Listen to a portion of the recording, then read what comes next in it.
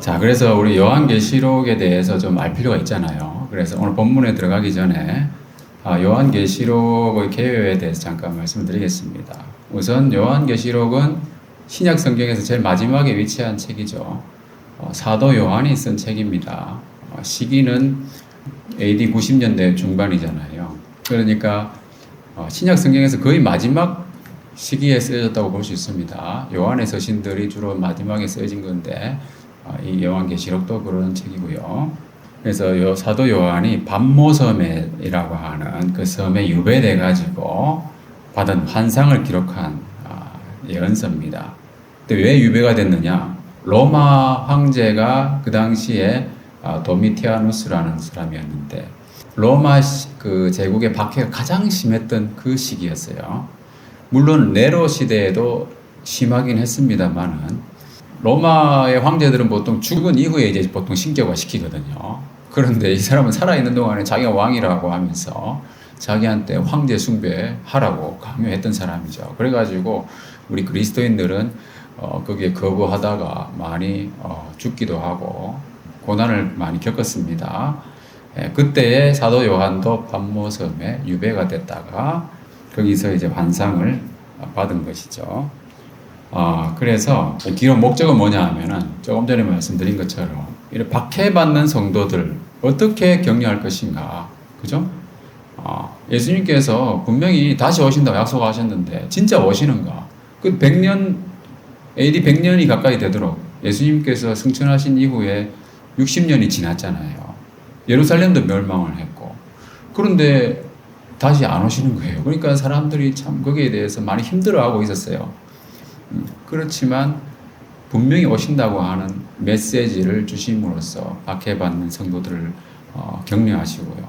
그리고 지금은 세상의 권력들이 이렇게 우리를 핍박하고 정말 가공할 위력으로 우리를 못 살게 구고 있지만은 결국은 그리스도께서 승리하신다고 하는 거, 그리고 하나님께서 모든 것을 섭리하시고 통치하고 계신다고 하는 거, 그것을 또 선포하는 메시지입니다. 그래서 성도들에게 격려가 되는 것이고요. 그리고 종말은 반드시 온다는 거죠. 그러니까 거기에 대해서 우리는 준비해야 된다고 하는 것을 말씀하고 있는 겁니다. 그리고 각 교회별로 지금 7교회에 보내잖아요, 편지를. 그 교회별로 필요를 말씀하시고 권면하시고 책망하는 내용들이 담겨져 있습니다. 해석의 관점은 여러 가지가 있는데 과거주의적 관점이 있고요. 역사주의적 관점, 미래주의적 관점, 이상주의적 관점이 있습니다. 이게 뭐냐면은 과거주의라는 말은 이 예언의 말씀에 있는 내용들이 대부분이 로마 제국 시대, 그 1세기 그 시대에 국한된 내용이다. 그렇게만 해석하는 사람들이 있다는 거죠. 그 역사주의라고 하는 것은 뭐냐면은 이 요한계시록의 예언이 전 시대에 걸쳐서 지금에 이르기까지 역사 전체에 걸쳐서 성취되어 왔다. 이렇게 보고 있는 관점이 역사주의적 관점이고요. 미래주의적인 관점은 이 예언의 대부분이 먼 훗날의 미래에 관한 것이다. 지금하고 상관이 없다. 그 세상 끝에 일어날 일이다. 라고 이제 보는 관점이죠. 이게 좀 많이 받아들여지고 있는 관점 중에 하나인데요. 그리고 이상주의라고 하는 것은 이것은 역사적인 어떤 사실, 사건 이런 것이 아니라 영적인 원리나 어떤 상징적인 의미로만 받아들여야 된다. 그래서 선과 악의 대결에 있어서 궁극적인 승리 뭐 이런 것들 있잖아요. 그것을 강조하는 그런 관점이죠. 그래서 여러 가지 이렇게 관점이 있는데 어느 한 가지를 취하기보다는 이 관점을 적절하게 복합적으로 우리가 가지고 이해하는 것이 필요합니다. 왜냐하면 각각의 타당성이 있고 장단점이 있거든요. 어느 한쪽에 치우치지 않도록 우리가 좀 주의할 필요가 있겠다 하는 내용입니다. 그리고 이제 주요 신학적인 메시지는 하나님의 주권과 통치, 그러니까 모든 역사와 심판은 하나님의 계획 안에 있다고 하는 것, 그런 것을 통해서 우리는 격려를 받는 거잖아요. 우리 그리스도인들이 많이 힘들지만. 그리고 결국은 예수님이 승리하신다 하는 것을 믿는 겁니다. 그리고 성도들은 그러한 하나님을 믿고 어떻게 해야 됩니까? 인내하고 충성을 해야 된다고 하나님께 말씀에 그죠? 그 고난 속에서도 믿음을 지켜야 된다고 하는 거 그런 내용의 메시지고요. 그리고 악은 결국 세상 권력이라든지 이런 악의 상징들은 결국 타락한 악의 세력들이잖아요. 결국은 심판받는다고 하는 거 이것을 명확하게 제시해주고 있고요. 또 하나님의 백성이 영원히 함께 거하는 영광스러운 하늘, 땅, 새 하늘과 새 땅이 있다고 하는 것을 분명하게 선포하는 말씀입니다. 우리가 이런 메시지를 들을 때에 우리의 믿음이 결코 헛되지 않다고 하는 것을 우리가 확인하게 되는 거잖아요. 결국 믿음이라고 하는 것은 들음에서 나고 또 말씀에서 말미암는 거예요. 확실한 말씀이라는 겁니다. 왜냐하면 증거가 있기 때문에 그래요. 예수님의 부활이 가장 큰 증거죠. 자, 그래서 요한계시록은 크게 세 부분으로 나눌 수가 있는데요. 이것은 뭐냐면 1장 19절에 보면 이렇게 되어 있습니다.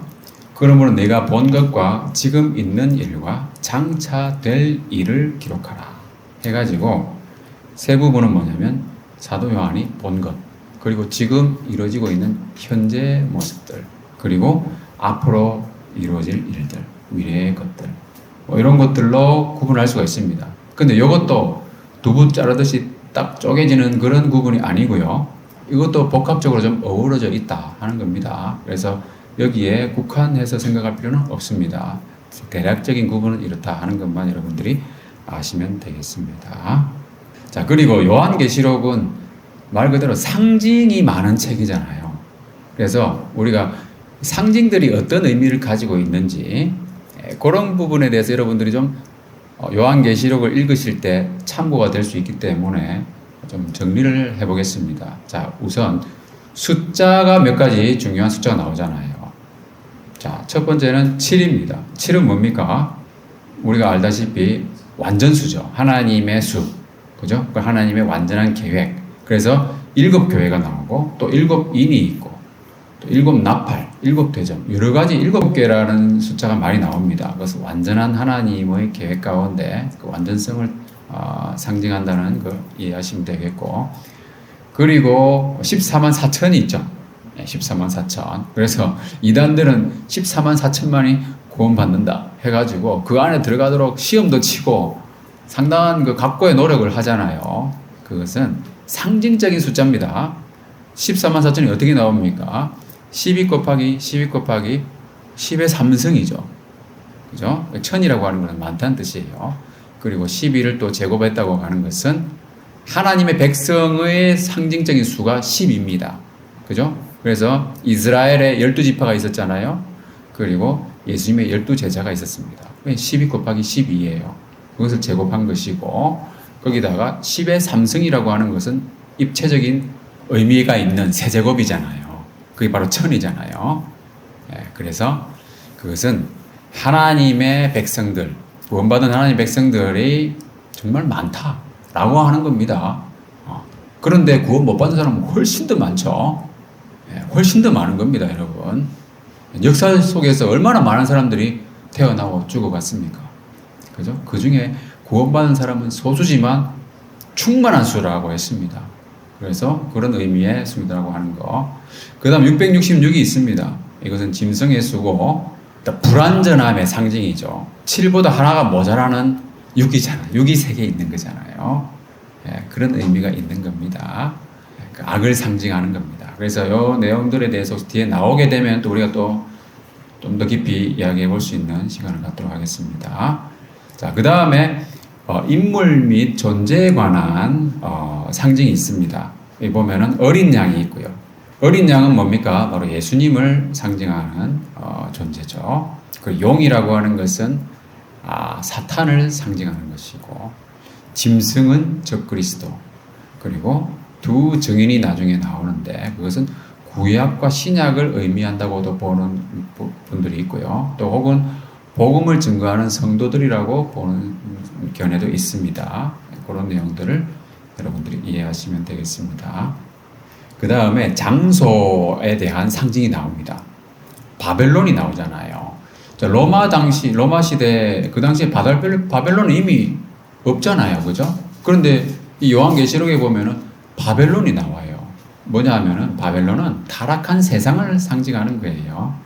그리고 하나님을 대적하는 인간이 만든 그런 체제들을 상징하는 것이고요. 그래서 지금은 그 당시에도 바벨론이 없었지만 지금도 바벨론이 없잖아요. 그러면 바벨론 뭐겠습니까? 대표적인 것은 강대국 중에 하나라고 볼 수 있습니다. 보는 견해에 따라 좀 다를 수 있겠지만 아무튼 세상 권력, 세속적인 세력 그런 것이다 보면 되시고요. 그 다음에 새 예루살렘은 하나님의 완전한 통치와 구원의 완성이다 이렇게 상징하고 있고요. 무저갱이라고 하는 말도 나오는데 그것은 바닥이 없는 구덩이잖아요. 그 무저갱이니까. 그러니까 끝없이 떨어지는 그 심판의 장소예요. 그 사람이 가장 기분 나쁜 경험이라고 하는 것이 끝없이 떨어지는 거잖아요. 높은 데서 떨어지는. 근데 그것을 우리가 잠깐 그것을 경험하는 것은 짜릿한 맛은 있어요. 그래서 놀이기구 중에 드롭하는 게 있잖아요. 그죠? 그렇지만 끝없이 떨어진다고 하는 것은 그 공포예요. 공포. 자, 그 다음에 볼 것이 사건과 도구들이 있는데요. 7인 그리고 나팔, 대접이 있는데 이것은 하나님의 심판이 단계적으로 점층적으로 전개된다 하는 것들을 이야기하고 있습니다. 그래서 이런 구조가 뭐냐면 나선형 구조라고 하거든요. 동일한 내용을 좀 더 강조해 가지고 표현할 때 쓰는 겁니다. 그래서 하나님의 그 심판이 그렇게 이루어지고 있다고 하는 거. 그 다음 낫이 나오는데 그것은 추수할 때 쓰는 거잖아요. 그래서 추수는 결국은 세상 끝을 의미하고 그래서 심판을 상징하는 겁니다. 마지막 날에. 그리고 두루마기와 세마포는 성도의 의로움, 정결함을 상징하는 것이고 그리고 마지막으로 자연적인 요소를 또 보면은 바다가 나오고 구름이 나오고 또 별이 나오는데 바다는 세속 세계를 이야기한다고 볼 수 있고요. 그리고 구름은 하나님의 임재를 상징합니다. 예수님께서 구름 타고 오시잖아요. 그리고 별은 교회의 지도자 또는 천사를 상징을 합니다. 그런 내용들 여러분들 참고하시면서 읽으시면은 좋을 것 같습니다. 그리고 이제 요한계시록 보시다 보면은 좀 두드러지게 나타나는 표현이 반복되는 것 중에 하나가 오늘 다 할 수 없기 때문에 이 한 가지만 설명을 좀 드리도록 하겠습니다. 하나님의 자기 선언에 관한 건데요. 1장 8절에 보면 하나님께서 나는 알파와 오메가다라고 하나님께서 말씀하십니다. 그런데 이것이 또 1장 17절에 가면은 나는 처음이요 마지막이다 이렇게 말씀하세요. 그러니까 알파와 오메가나 처음이요 마지막은 의미상 같은 거예요. 그죠? 알파는 그 헬라어 첫 알파벳이고 또 오메가는 마지막 알파벳이잖아요. 그러니까 처음과 마지막이라는 뜻이잖아요. 근데 이제 21장 6절에 보면은 또 여기는 또 알파와 오메가고 처음과 마지막이다. 이렇게 나오잖아요. 그 다음에 또 22장 13절에 보면은 알파가 오메가고 처음과 마지막이고 시작과 마침이다. 이렇게 나옵니다. 그래서 이것이 뭐냐면은 하나님께서 자신을 선언하는 모습인데요. 자, 첫 번째 나온 거하고 이 세 번째 나온 거는 성부 하나님이 하신 말씀이에요. 여러분들 보시면 아실 겁니다. 그리고 두 번째하고 마지막에 나온 것은 그리스도께서 하신 말씀이에요. 그런데 여기에 이제 세 번째 그 21장 6절에 나오는 알파와 오메가요 처음과 마지막이다라고 하는 이것이 이제 번역상에 약간의 문제가 있습니다. 뭐냐 하면은 의미는 같은데 원문상의 차이가 있어요. 처음과 마지막이라고 하는 것과 시작과 마침이라고 하는 것은 원문상 분명히 차이가 있거든요. 영어상에도 차이가 있고. 그래서 원문에는 뭐냐면은 시작과 마침이라는 뜻으로 되어 있습니다.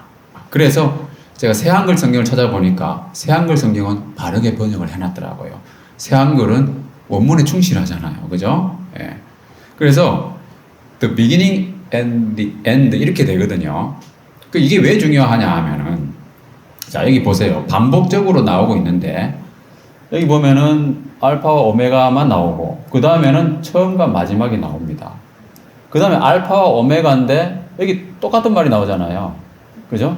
이게 아니라는 거예요. 시작과 마침으로 봐야 되는 거예요. 실제로 원문상 그렇기도 하고. 그러면 여기에 새로운 게 나왔고, 알파와 오메가는 중복되지만, 이게 여기서는 또 중복되는 게 나오는 게 아니고, 이게 새로운 게 나오는 거예요. 이해가 되시죠? 그렇게 함으로써 마지막에는 삼중으로 뭡니까? 이렇게 대꾸가 이루어지면서 세 가지 표현이 종합적으로 나오는 배치입니다. 이게 사도 요한이 아마 의도했을 거예요. 의도적으로 이렇게 배치한 것 있을 것 같습니다. 제가 보기에는. 근데 분명히 이것은 그만큼 사도 요한이 의도했다는 말은 그만큼 성령의 그런 어떤 감동으로 쓰여진 책이잖아요. 그러니까 하나님께서 이렇게 의도하신 거예요. 이 표현을.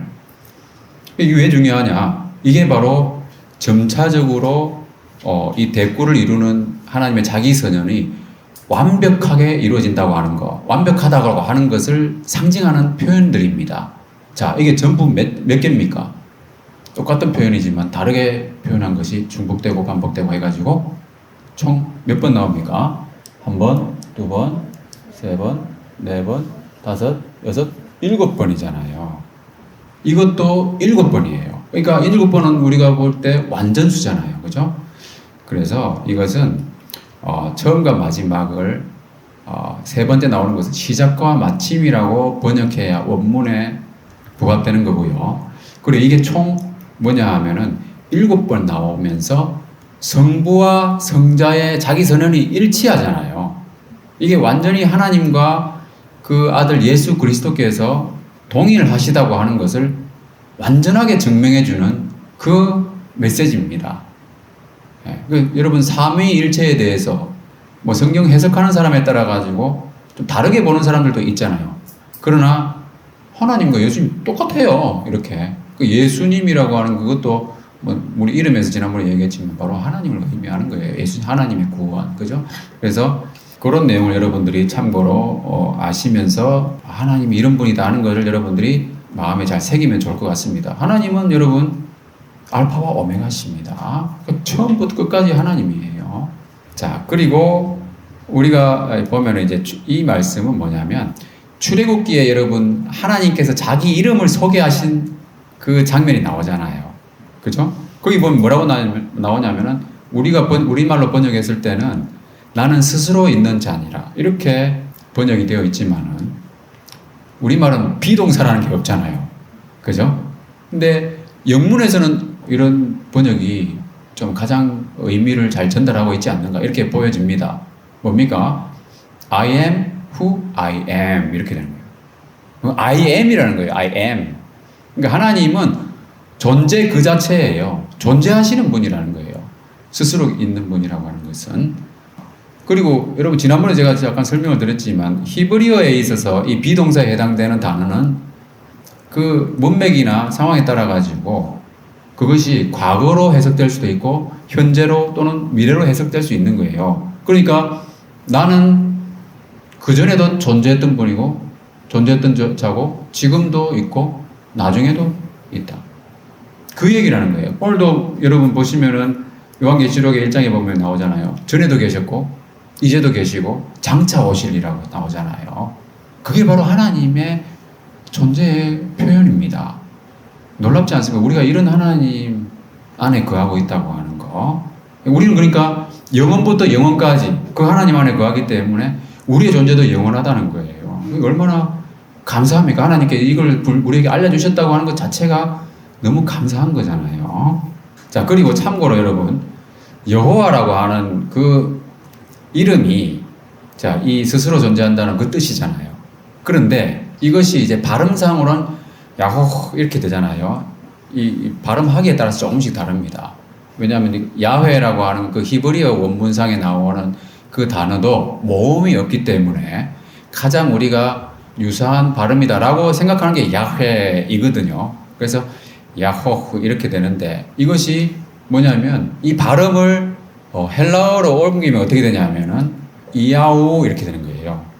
좀 이해가 되시죠? 좀 유사하지 않습니까? 자, 이야오 할 때 이게 단어가 뭡니까? 여기 보면은 알파와 오메가인 거예요. 아시겠죠? 그래서 하나님이 알파와 오메가라고 하는 것은 여러분 끼워 맞추려고 해도 이게 불가능한 사람의 노력, 지식으로, 지혜로 불가능한 얘기예요. 어떻게 하나님의 이름에서 어떻게 알파와 오메가가 나오고요.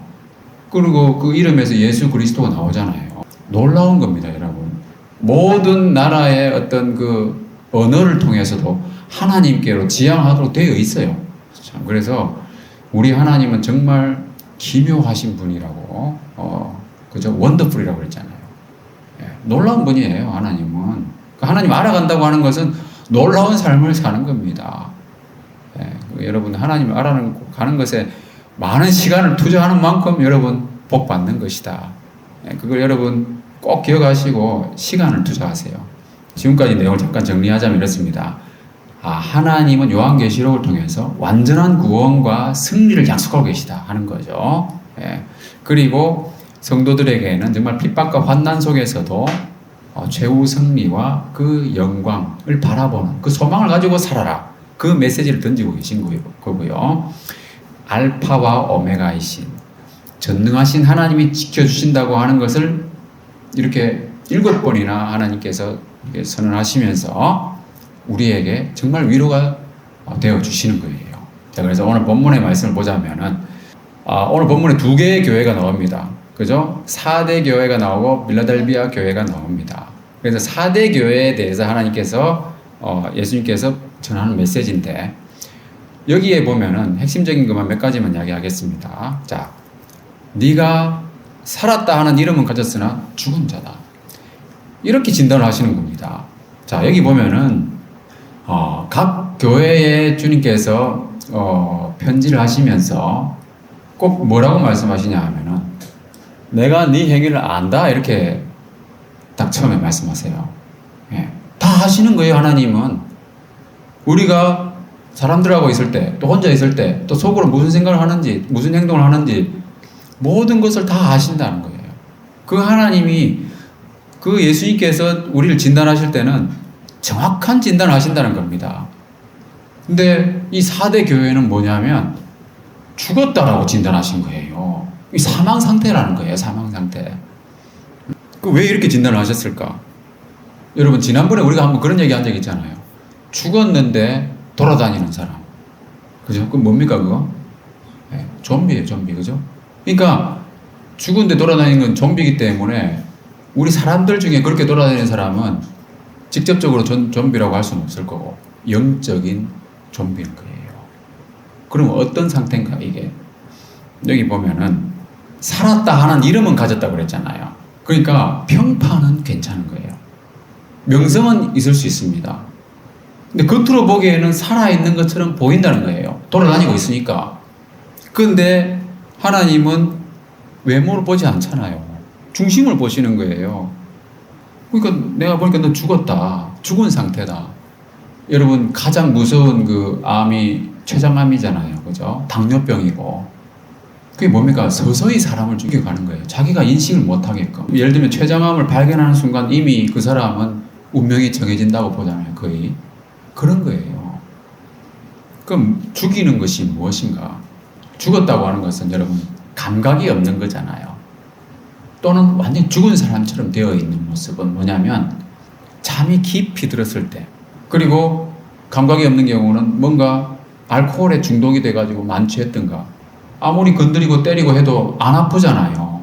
그리고 마취를 하면은 우리 수술할 때 칼을 대도 안 아프잖아요. 마취를 하면 죽은 것 같은 거. 그러니까 무감각해진 상태예요. 영적으로 무감각해진 상태. 그게 바로 뭐냐면은 죽은 상태라는 겁니다. 그래서 에베소서 말씀을 보면은 그들이 감각 없는 자가 되어서 자신을 방탕에 방임했다고 그랬어요. 그러니까 죽은 사람들의 모습은 뭐냐면은 영적인 분별력이 없는 거예요. 그래서 무감각하게 영적인 무감각으로 살아가는 겁니다. 쾌락에 자기를 드리는 거죠. 그 모든 더러운 것, 욕심으로 행한다고 그랬어요. 그런 사람이 바로 죽은 상태라는 겁니다. 제멋대로 사는 거죠. 그냥 방탕하게 방임한다고 그랬잖아요. 그러니까 그게 뭐냐면 원칙이 없고 기준이 없는 거예요. 세상 욕심을 따라서 쾌락을 따라 살아가는 모습, 이런 모습이 방탕이고 죽은 자의 모습이다 하는 거고.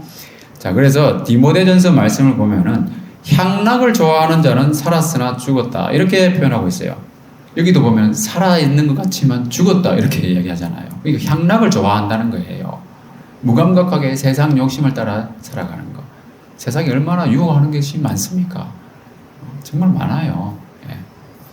향락을 좋아한다고 하는 것은 무슨 의미냐 하면은 방탕하게 살아간다. 그런 뜻입니다. 그러니까 그 쾌락을 사랑한다 그런 의미도 그렇게 살아간다는 의미도 있지만 기준이 없이 원칙 없이 그냥 살아간다 그런 뜻이에요. 그러니까 방탕하는 거죠. 그러니까 이런 모습은 뭐냐 하면은 아예 죽은 사람이든지 또는 뭡니까? 죽은 것처럼 지내는 사람, 완전히 잠자는 사람이라든지 완전히 취해 있는 그런 모습이라는 거예요. 겉으로 보기에는 세상 사람과 똑같은 모습이 바로 이런 사람들인 겁니다. 다시 말하면 구원의 증거가 보이지 않는 사람이에요. 그리스도인이긴 한데 난 너 예수 믿는 사람인지 몰랐다. 이렇게 말하는 경우 있잖아요. 그죠? 예. 그런 말을 들을 때는 부끄러운 줄 알아야 되는 거예요. 아, 난 죽은 자처럼 살고 있었구나. 이렇게 되는 거예요. 그 성도로서 있잖아요. 그런 말 듣는 것은 어떻게 보면 가장 치욕적인 말입니다. 너 교회 다니는지 몰랐어. 그렇게 되지 않도록 여러분 자기를 하나님 앞에서 있잖아요. 예수님을 증언하는 삶을 살아야 돼요. 구원의 증거가 보이지 않는다는 거예요. 그래서 에베소서 말씀에도 보면은 잠자는 자여 깨어서 죽은 자들 가운데서 일어나라. 이렇게 말씀하고 있는 겁니다. 잠자는 자로서 사는 것도 죽은 자로 진단되는 거예요. 말하자면. 그래서 오늘 본문에 주님께서 뭐라고 하십니까? 일깨어라. 그냥 깨어나라고 하는 거죠. 죽게 된 것을 굳건하게 하라. 그래서 네 행위를 보니까는 내가 네 예수님 믿는, 나를 믿는 그런 증거가 전혀 안 보이니까 좀 제대로 살아라. 이런 말씀 하시는 겁니다. 그러면서 어떻게 그것을 우리가 회복할 수 있느냐, 깨어날 수 있느냐, 이 보면은 뭐라고 되어 있냐면은 어떻게 들었는지 생각하고 지켜 회개하라고 그랬잖아요. 그러니까 결국은 뭡니까? 들었던 말씀, 처음에 우리가 들었던 복음의 말씀으로 돌아가야 된다. 그 뜻입니다. 그래서 회개하고 처음 사랑을 회복해야 되는 거예요. 하나님의 복음의 말씀이 가장 근본적인 생명의 말씀이기 때문에 그 말씀을 통해서 우리가 깨어나야 된다고 하는 겁니다. 복음을 통해서. 자, 요한복음 6장 63절 아주 중요한 말씀이죠. 네, 다 같이 한번 읽어보겠습니다. 시작. 살리는 것은 영이니 육은 무익하니라. 내가 너희에게 이룬 말은 영이요 생명이라. 네, 아무리 강조해도 지나치지 않는 예수님 말씀입니다. 여러분, 살리는 것이 영이라고 그랬어요. 주님의 말씀이 영이고 생명이라고 했습니다. 결국은 말씀이 깨우는 거예요. 말씀이 살리는 거예요. 복음의 말씀으로 돌아가라고 주님께서 말씀하신 겁니다. 그 말씀이 또 영이라고 그랬잖아요. 그래서 오늘 본문의 그 첫 번째 말씀에도 보면은 주님께서 4대 교회에 편지하실 때 뭐라고 하시냐면은 사도 요한이 이렇게 소개하잖아요. 하나님 7영과 7별을 가지신 이가 이르시되. 이 바로 성령을 상징하는 거예요. 성령. 하나님은 해결책을 가지고 말씀하시는 거예요. 그래서 성령님이 역사하셔야 된다. 그것은 곧 말씀이 역사한다. 그런 뜻입니다. 그리하여서 구분된 삶을 살아야 되고 그렇게 구별된 삶을 살 때에 뭐가 다릅니까? 구분되잖아요. 세상 사람들하고 구분되는다고 하는 것은 그 보기가 구분되는 거예요. 일단은. 그게 바로 옷이에요. 옷. 그래서 오늘 본문에도 보면은 옷을 더럽히지 아니한 자가 있다. 그죠? 너희들도 옷을 더럽히지 말아야 된다. 새 옷을 입으라는 말씀이잖아요. 이기는 자는 흰 옷을 입을 것이요. 유니폼을 통해서 우리가 피와 식별을 하잖아요. 그죠? 축구할 때 유니폼 다르면은 알잖아요. 비슷한 색깔이 있으면 상대편한테 공을 패스한다니까요. 그렇게 되지 않도록 유니폼 다르게 입는 거예요. 그래서 깨끗한 옷, 거룩한 옷을 입는 것. 그것이 바로 우리의 삶을 통해서 구원을 나타내 보이는 겁니다. 생활의 열매라든지 이런 걸 통해서. 그래서 로마서 말씀에도 보면은 오직 주 예수 그리스도로 옷 입으라 이렇게 말씀하고 있는 거예요. 여기서 보면 방탕하거나 술 취하지 말라. 이런 것들이 뭐냐면은 죽은 자의 모습이 되는 거예요. 세상 사람들과 구분되지 않는. 그래서 구분되는 옷을 입고 살아라. 그 말씀이에요. 그래서 정리를 하자면, 자, 4대 교회에게 말씀하신 것은 일깨어 살아나라고 하는 것입니다. 죽은 자로 살아서는 안 된다. 구원의 증거가 보이지 않는 그런 삶은 청산해야 된다. 그리고 회개하고 복음의 말씀으로 돌아가야 된다. 라고 하는 겁니다. 그것은 좀 더 우리가 들어가면은 주 예수 그리스도로 옷 입는 것이고 말씀 중심의 생활을 하는 거예요. 그게 바로 원칙 있는 삶이에요. 원칙과 기준이 있다고 하는 것은 자기 나름대로 원칙 세우는 사람은 세상 사람들도 많이 있어요. 그런 사람들은 자기 관리 잘하는 사람 많이 있어요. 그게 중요한 게 아니고 하나님 말씀 중심으로 삶의 기준을 세우고 거기에 따라 살아가는 거예요. 그게 바로 주 예수 그리스도로 옷 입고 살아있는 자로 사는 것입니다. 자, 그 다음에 빌라델비아 교회에 또 메시지를 전하고 있습니다. 여기 보면은 빌라델비아 교회는요, 7교회들 중에서 서문화 교회를 더불어서 책망은 없고 칭찬만 있는 교회입니다. 뭘 잘했길래 칭찬을 하시는가? 자, 여기 보면은 작은 능력을 가지고서도 내 말을 지키고 내 힘을 배반하지 아니하였다. 이렇게 이야기하고 있잖아요. 자, 이게 참 우리에게 격려가 되는 말씀이에요. 자, 작은 능력을 가지고 있다는 말은 뭐겠습니까? 그 교회 구성원들이 특별히 뭐 잘 나가는 사람이 있는 게 아니라는 거예요. 좀 비천한 사람들일 수 있잖아요. 그런 사람들이 함께 예배하고 전도하고 이럴 수 있잖아요. 그리고 또 성도의 수가 아마 많지 않았을 수도 있습니다. 작은 능력이라고 하는 게 많으면 많을수록 또 힘이 세지잖아요. 그건 어떻게 보면 큰 능력으로 보일 수도 있는 거예요. 그 능력과 상관없이 그런 어떤 교회의 어떤 규모라든지 성도들 개개인의 어떤 사회적인 영향력이라든지 이런 것들은 미약할 수 있습니다. 그렇지만은 주님께 칭찬받는 거예요. 무엇으로 칭찬받습니까? 말을 지켰다. 이겁니다. 그러니까 뭐냐면 가장 중요한 것은요, 내가 어떤 능력으로 큰 일을 행하는 것이 중요한 게 아니라는 거예요. 그러니까 주님께서 가장 귀하게 보시는 것은 말씀을 지키는 거예요. 계명을 지키는 거. 그 계명이 뭡니까? 우리가 서로 사랑하는 거잖아요. 하나님을 사랑하고 서로 사랑하고 이웃을 사랑하는 거. 그게 바로 계명이잖아요. 그죠? 그게 가장 중요한 것이다. 이거 말씀하시는 겁니다. 여러분, 지난번에 우리가 누가복음 묵상할 때 잠깐 그런 얘기 했었잖아요. 성령의 능력이 함께 하실 때 우리는 무엇을 할 것인가? 그죠? 신적인 능력이 여러분에게 주어질 때 우리는 무엇을 할 것인가? 그때 결론은 뭐였습니까? 인간적인 마음으로는 뭐 로또를 사거나 뭐 내일 탁 치고 올라가는 상한가 종목을 사거나 뭐 이런 생각 할 수 있는데 그게 아니라는 거예요. 예수님은 그 신적인 능력으로 하나님 말씀을 굳게 지켰다고 하는 거. 그게 정말 중요한 본입니다, 여러분. 능력의 크고 작음이 중요한 게 아니라는 겁니다. 말씀을 지키는 것은 그것 자체가 정말 하나님께 칭찬받을 만한 일이고, 자, 달란트의 비유를 잠깐 말씀드리면 여러분 다 아시기 때문에 읽지는 않겠습니다. 또 시간도 많이 가고. 자, 5달란트 맡기신 그 사람이 있었고, 종이 있었고, 또 2달란트 맡긴 종이 있었고, 1달란트 맡긴 종이 있었어요. 그죠? 그러나 칭찬은 어떻습니까? 5달란트나 2달란트 받은 종에게 하신 칭찬은 똑같은 거예요. 보세요. 한 글자도 안 틀립니다. 똑같은 칭찬 하시는 거예요.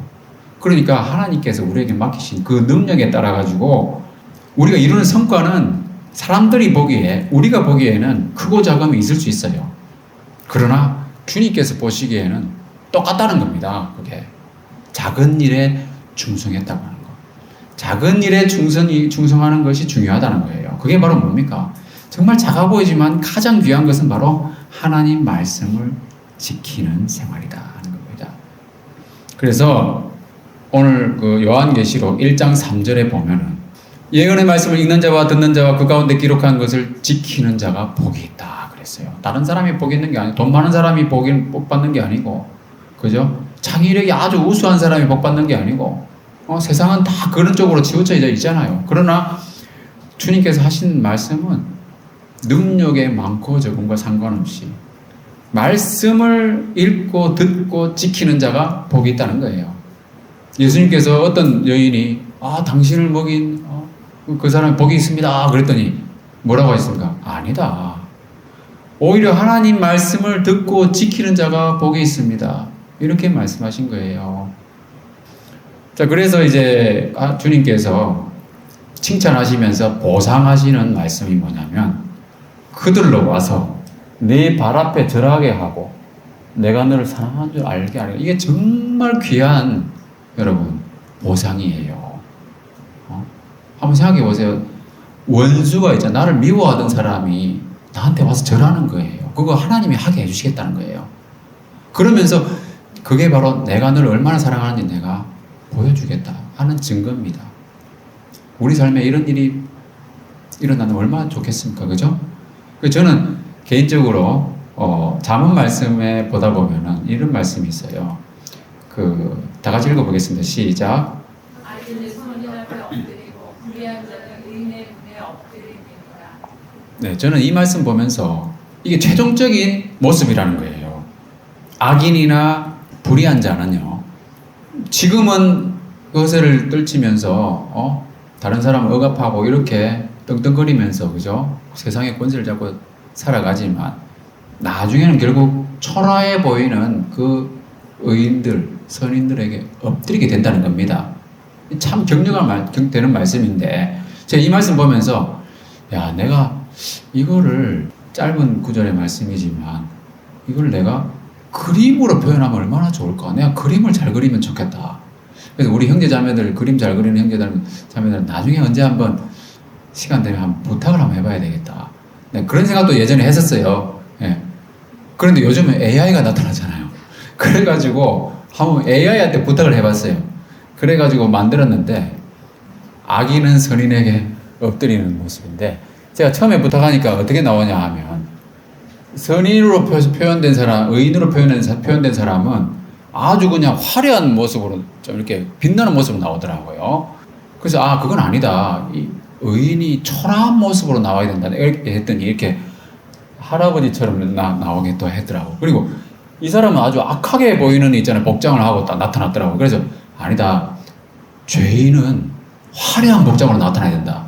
제가 그렇게 얘기했더니 이렇게 장군의 복장을 딱 하고 나타나가지고 그래서 죄인인 것을 나타내기 위해서 얼굴은 있잖아요. 이렇게 두건 같은 걸로 이렇게 가린 모습 있잖아요. 그렇게 딱 표현해 주더라고요. 그래서 오케이 하고 제가 가져왔습니다. 뭐냐면 여러분 최종적인 결과가 이런 거라는 거예요. 자, 그래서 오늘 우리가 주보에 나와 있는 기독교 명언에 나온 거하고 좀 유사한 면이 있잖아요. 그죠? 뭐라고 했습니까? 거룩한 서투름이 죄 많은 웅변술보다 낫다고 하는 겁니다. 그죠? 그리고 다윗의 경우에도 원수가 자기에게 엎드리는 것, 그것을 경험한다고 하는 겁니다. 그죠? 이게 바로 하나님께서 주시는 칭찬이요 상급입니다. 그리고 시험을 면하게 해주겠다고 또 약속하고 있습니다. 인내의 말씀을 지켰기 때문에 라고 말씀하고 계신데 여러분 인내라고 하는 것도요 오래 참는 거잖아요. 오래 참는 것도 성령의 열매입니다. 그 참을성이라고 하는 것도 있잖아요. 아주 중요한 인격이거든요. 그런 인격, 우리 여러분들, 저도 그런 인격을 갖기를 정말 소망해야 됩니다.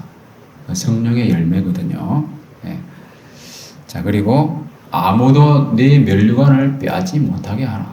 그 면류관이 결국 상급인데 그것을 빼앗아 갈 수 있다는 것은 뭡니까? 그 상급을 받을 수 있는 그 자질들을 빼앗아 가는 거잖아요. 이게 무슨 말이냐면 이 빌라델비아 교회가 결국 하나님 말씀을 잘 지켰기 때문에 얻는 거잖아요. 그 면류관은. 그러니까 말씀을 지키는 것이 바로 면류관을 지키는 거예요. 말씀을 지키는 것이. 그래서 말씀이 곧 면류관이다. 이렇게 보시면 됩니다. 그 말씀이 전부예요. 말 그대로. 영이요 생명이니까요. 그리고 이 말씀 보면은 내 하나님의 성전의 기둥이 되게 하겠다 그랬습니다. 자, 빌라델비아 교회는 작은 능력의 교회였다고 했습니다. 그러니까 어떻게 보면 겉으로는 참 초라한 교회입니다. 우리 교회도 개척교회로서 성도가 6명밖에 안 되잖아요. 그죠? 예. 멀리 계신 박선자 자매님까지 포함하면은 7명인데, 예. 근데 여러분 6명밖에 안 되는 이 작은 교회, 초라한 교회이지만 아주 하나님께서 있잖아요. 성전의 중심축이 되는, 그죠? 기둥으로 삼아주겠다. 이 상당한, 이게 굉장한 역설이잖아요. 이 역설들이 넘치는 게 바로 하나님의 메시지인 거예요. 악인이 선인에게 엎드리고 불의한 자가 의인의 문에 엎드린다. 이것도 역설이죠. 그죠? 아주 작고 초라한 교회가 칭찬을 받으면서 성전 기둥이 된다. 그리고 3가지 이름, 그죠? 하나님의 이름, 새 예루살렘 성의 이름, 그리고 그리스도의 새 이름. 아직 그리스도의 새 이름이 뭔지 아무도 모릅니다. 그죠? 이 신분과 지위와 그 소속을 하나님께서 확실하게 보장해 주겠다. 이 영원한 하늘나라에서 이 영광스러운 위치를 차지하게 해주겠다라고 하는 정말 감사한 그 영광스러운 약속. 그게 보상이라는 겁니다. 이걸 잠깐 정리해야 되겠네요. 참, 주님을 시인하여 말씀을 지키라고 했고, 자, 능력의 크고 작음에 무관하게 말씀을 지키는 것이 가장 크고 중요한 일이다 하는 거 우리에게 알려주고 있고요. 그리고 가장 영광스러운 칭찬과 보상이 뭐였습니까? 원수가 와서 나에게 절하는 거예요. 그리고 성전 기둥이 된다고 하는 거. 자, 그래서 말씀을 우리가 정리하자면은 그렇습니다. 자, 4대 교회나 빌라델비아 교회에게 하나님께서, 주님께서 전하시는 말씀이었는데, 자, 이 7교회에 보내실 때도 항상 공통적으로 말미에 이 말씀하시는 거예요. 4대 교회도 빌라델비아 교회도 다 포함되는, 그죠? 어떤 말씀하십니까? 오늘 본문의 맨 마지막 말씀이죠. 다 같이 읽어보겠습니다. 시작. 귀 있는 자는 성령이 교회들에게 하시는 말씀을 들을지어다. 자, 그래서 7교회에 하시는 말씀인데요. 빌라델비아 교회, 4대 교회뿐만이 아니고 이것은 우리에게 하시는 말씀이에요. 우리 교회에 하시는 말씀이에요. 그렇다면 우리는 어떻게 그걸 받아들여야 되느냐? 자, 우리는 4대 교회의 모습이 있지 않는가? 생각해 봐야 되겠죠. 살아있으나 죽은 것처럼 살아가지 않는가? 우리 교회, 내 스스로가 또 교회잖아요. 교회는 아니지만 성전이잖아요. 그죠? 내 혼자 살아갈 때에 그런 여러분 어떻습니까? 죽은 자로서 세상 사람들과 구별되지 않는 모습으로 살아가지 않는가? 자, 그러면 우리는 어떻습니까? 또 빌라델비아 교회의 모습, 그 모습 우리에게 있는가? 내가 작고 능력이 부족한 것에 대해서 실망하거나 낙심하거나 원망하지 않는가? 불만족스러워하지 않는가? 그래서는 안 된다는 거죠. 하나님 말씀 지키는 것, 말씀 배우고 알아가고 그것에 가장 내가 우선순위를 두고 있는가? 그것을 그 빌라델비아 교회의 본을 생각해야 된다고 하는 겁니다. 그래서 영적인 경각심을 우리가 가질 필요가 있다는 겁니다. 왜? 이 말씀 우리에게 주시는 말씀이기 때문에 그런 거예요. 우리 교회에게 주시는 말씀이고 여러분 각자에게 또 저에게 주시는 말씀입니다. 그래서 우리가 이 말씀 기억하면서 항상 본질로 돌아가야 돼요. 본질이 뭐냐면 하나님 말씀이에요. 복음의 말씀. 복음의 말씀으로 돌아가서 주님과 동행하고 복음 전하는 생활을 통해서 내 자신을 드러내고 깨어 지낸다고 하는 거죠. 그 주님의 계명인 하나님을 사랑하고 이웃을 사랑하는 생활 충실히 하는 거죠. 이것이 가장 크고 중요한 일이기 때문에 그렇습니다. 자, 그러한 삶을 통해서 또 견고한 믿음으로 칭찬받는 우리 교회 그리고 저와 여러분들 각자가 다 되시기를 주님의 이름으로 축원합니다.